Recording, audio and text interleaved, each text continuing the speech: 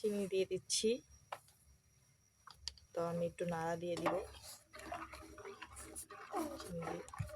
এখন একটু লবণ দিয়ে দিব, লবণ ছাড়া আমার ভালো লাগে না। একটু লবণ নিচ্ছি আমি, দিব এখন। এই যে লবণটা দিয়ে দিলাম, লবণটা দিয়ে একটু লাড়া দিলাম। তো এই যে সেমাইটা নিয়ে নিলাম, লাচ্ছা সেমাই।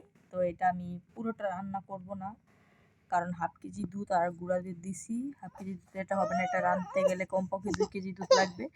তো আমি এখন মানে এটা অল্প একটু রানবো, মানে ধরো 3 ভাগের 1 ভাগ রান্না করবো এই সেমাইটাকে। পাউডার দুধ দিব, মানে এই যে পাউডার দুধটা দিব। এখন আমি দুধটাকে ঠান্ডা করে নিব।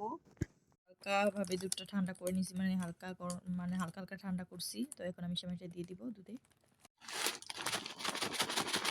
আমি 3 ভাগে 1 ভাগ দিব, 2 ভাগ রেখে দিব। তো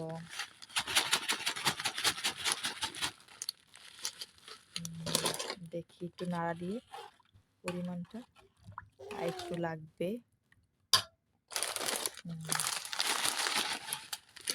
আমি আবার তেজপাতা, এলাচি, দারচিনি সেমাইতে দিই না, আমার খেতে ভালো লাগে না।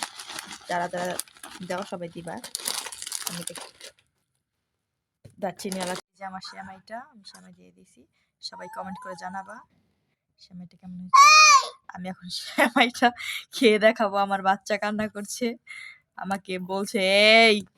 তো দেখো আমার ক্যামেরাটা নড়ে উঠতেছে, ও আমার হাতের ভিতরে থাপ্পড় মারতেছে, তার জন্য ক্যামেরাটা নড়তেছে। তো এই যে সেমাই রান্না করছি, এখন আমি খেয়ে দেখাবো তোমাদেরকে। ঘরে মানে চীনা বাদাম ছিল, কাঠবাদাম, কাজু বাদাম এগুলো ছিল না, কিশমিশ।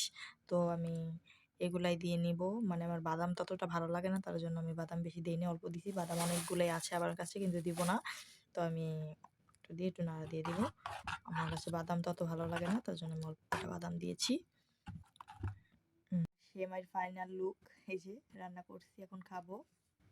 তো এখন খাবো আমি সেমাইটা। তো এই যে সেমাই, বিসমিল্লাহ।